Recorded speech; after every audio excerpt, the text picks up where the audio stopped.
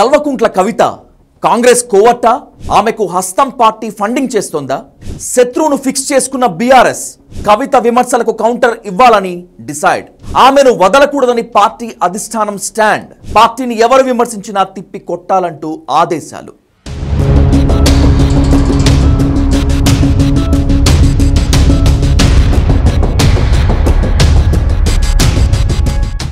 తెలంగాణ జాగృతి అధ్యక్షురాలు కవితను టార్గెట్ చేయాలని బీఆర్ఎస్ డిసైడ్ అయిందా?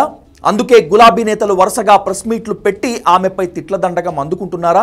ఆలస్యం చేస్తే పార్టీకి డ్యామేజ్ అవుతుందని గులాబీ బాస్ కేసీఆర్ గ్రహించారా? కవిత విమర్శలను ఎప్పటికప్పుడు తిప్పికొట్టాలని ఎమ్మెల్యేలు, ఎంపీలు, పార్టీ నేతలకు దిశానిర్దేశం చేశారా? ప్రస్తుతం జరుగుతున్న పరిణామాలు చూస్తే అవుననే సమాధానం వినిపిస్తోంది.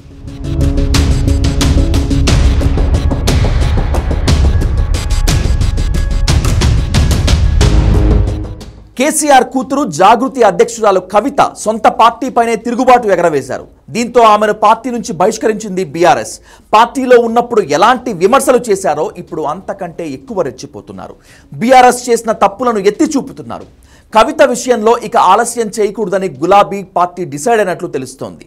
కవిత చేసే ప్రతి అంశాన్ని అదే స్థాయిలో తిప్పికొట్టాలని, సహించకూడదని అధిష్టానం నుంచి నేతలకు ఆదేశాలు వెళ్లినట్లు తెలుస్తోంది.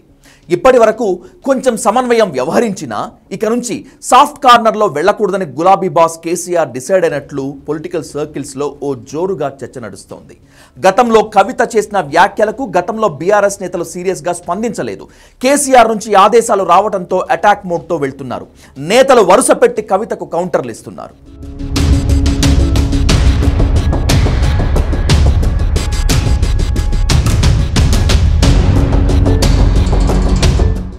జూబ్లీహిల్స్ ఉప ఎన్నిక ఫలితాలపై కవిత సంచలన వ్యాఖ్యలు చేశారు. బీఆర్ఎస్ వాళ్ళు సోషల్ మీడియాలో ఉద్యమం చేస్తున్నారు తప్ప గ్రౌండ్లో చేయలేదన్నారు. అక్కడ వాళ్ళు సోషల్ మీడియాలో ఉద్యమాలు చేస్తున్నారు తప్పితే కిందకు వచ్చి ఎటువంటి ఉద్యమాలు చేస్తలేరు. అన్ని వేల మెజారిటీతో కాంగ్రెస్ గెలిచిందంటేనే ప్రతిపక్ష పార్టీ ఏ స్థాయిలో పనిచేస్తుందో అర్థం చేసుకోవచ్చన్నారు. అంత వ్యతిరేకత ఉన్న అన్ని వేల మెజారిటీతో కాంగ్రెస్ పార్టీ ఎట్లా గెలిచింది, ఎందుకు గెలిచింది అంటే అనుకున్న స్థాయిలో ప్రతిపక్షమైనటువంటి బీఆర్ఎస్ అందుకొని పనిచేయలేకపోతుంది అన్నది క్లారిటీగా అర్థమవుతున్నది. కృష్ణార్జునుల్లా కేటీఆర్, హరీష్ రావు సోషల్ మీడియాలో గొప్పలు చెప్పుకోవడం తప్ప ఏమీ లేదని విమర్శలు గుప్పించారు. కృష్ణార్జునులు అని చెప్పుకొని ట్వీట్లు పెట్టుకొని వాళ్ళది వాళ్ళు ఒకళ్ళు జబ్బ ఒకళ్ళు జరుచుకుంటూ తప్పితే, ఒకళ్ళు వీపు ఒకళ్ళు జరుచుకుంటూ తప్పితే పెద్దగా క్షేత్రస్థాయిలో పనిచేయలేదని అర్థమైంది. జూబ్లీహిల్స్ ఎన్నికలో కుట్రలు కూడా జరిగాయన్న ఆమె సమయం, సందర్భం వచ్చినప్పుడు అన్నీ చెబుతానంటూ బాంబు పేల్చారు. చాలా కుట్రలు కూడా జరిగినాయి అనుకోండి జూబ్లీహిల్స్ ఎన్నికలలో. అవి సమయం, సందర్భం వస్తే తప్పకుండా అవి కూడా చెప్తాం. ఎన్నికల్లో బీఆర్ఎస్ అనుకున్న స్థాయిలో పని చేయలేదని స్పష్టంగా కనిపించిందన్నారు కవిత. క్షేత్రస్థాయిలో పెద్దగా పనిచేయలేదని, ప్రజల కోరిక మేరకు బీఆర్ఎస్ పోరాడితే ఫలితం మరొకలా ఉండేదని అభిప్రాయపడ్డారు ఆమె. ప్రతిపక్షాలు ప్రజల ఎక్స్పెక్టేషన్ మేరకు పనిచేసినట్టయితే రిజల్ట్ మంచిగా వేరే రకంగా ఉంటుండే జూబ్లీహిల్స్. సో ఆ ఎక్స్పెక్టేషన్కి తగ్గట్టుగా వాళ్ళు పనిచేస్తలేరు. రెడ్డిపల్లిలో 400 ఎకరాల ఫామ్ హౌస్ కట్టారన్న కవిత ఇందుకోసం రీజనల్ రింగ్ రోడ్ అలైన్మెంట్ మార్చారని ఆరోపించారు. ఈ కారణంగా 56 మంది రైతులు 59 ఎకరాల భూమిని కోల్పోతున్నారని అన్నారు. ఎకరం, అరెకరం ఉన్న చిన్న రైతులు నష్టపోతున్నారని, కేటీఆర్, హరీష్ రావు, కేసీఆర్ సార్ కళ్లకు గంతలు కట్టి అరాచకాలు చేసే నాయకులను కాపాడుతున్నారనేటువంటిది ఆమె వాదన. ఇది సరైనది కాదు అనేటువంటిది ఆమె వార్నింగ్.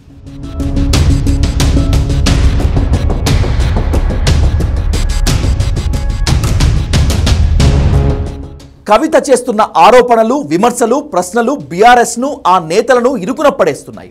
ఇటీవల విద్యా వ్యవస్థపై జరిగిన రౌండ్ టేబుల్ సమావేశంలో డైరెక్ట్గానే గులాబీ పార్టీని టార్గెట్ చేశారు. 10 ఏళ్లు బీఆర్ఎస్ హయాంలో విద్యా వ్యవస్థకు చేసిందేమీ లేదని, నాశనం చేశారంటూ వ్యాఖ్యానించారు. కేసీఆర్ పాలనను స్వర్ణయుగం అంటూనే కొందరు మంత్రులను టార్గెట్ చేయడం హాట్ టాపిక్గా మారింది. దీంతో కవితపై బీఆర్ఎస్ నేతలకు సరికొత్త అనుమానాలు వ్యక్తం చేస్తున్నారు. కల్వకుంట్ల కవితకు రేవంత్ రెడ్డి, కాంగ్రెస్ సర్కార్ ఫండింగ్ చేస్తోందని డిస్కస్ చేసుకుంటున్నారు.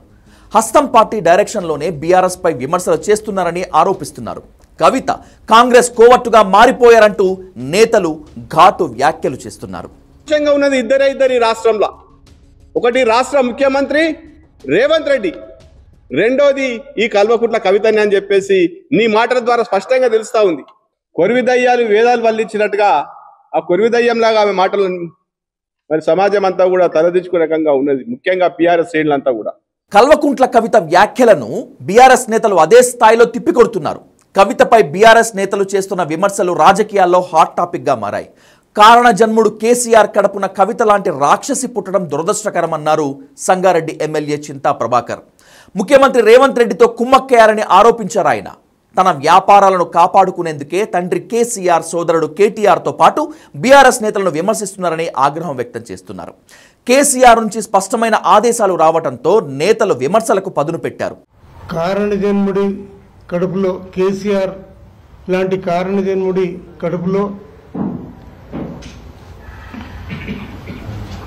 రాక్షసి పుట్టడం అనేది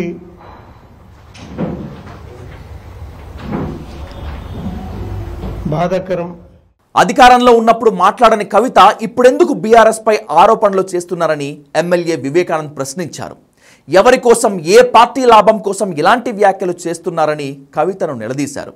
జూబ్లీహిల్స్ ఎన్నికల్లో కింది స్థాయి కార్యకర్త నుంచి పెద్ద లీడర్ల వరకు ఎంతో శ్రమించారని గుర్తు చేశారు.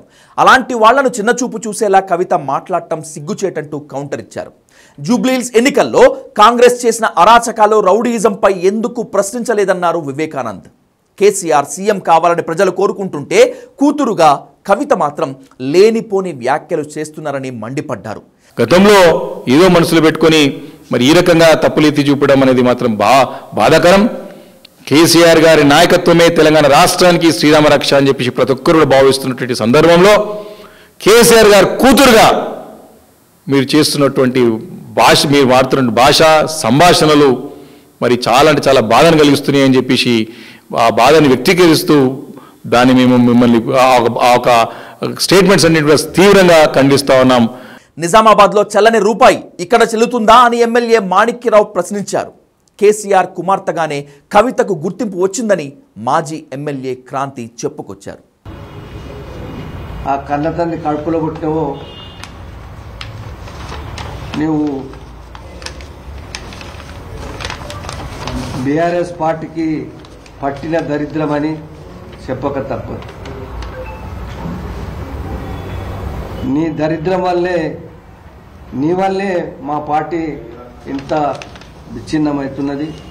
నువ్వు ప్రజలందరూ కూడా ఎక్కడ పోయినా నిన్ను బట్టి గుర్తించలేదు కానీ మరి కేసీఆర్ను బట్టి, కేటీఆర్ని బట్టి, హరీష్ రావుని బట్టే నిన్ను గుర్తించి ప్రజలు నీకు పట్టం కట్టిన రోజులున్నాయి.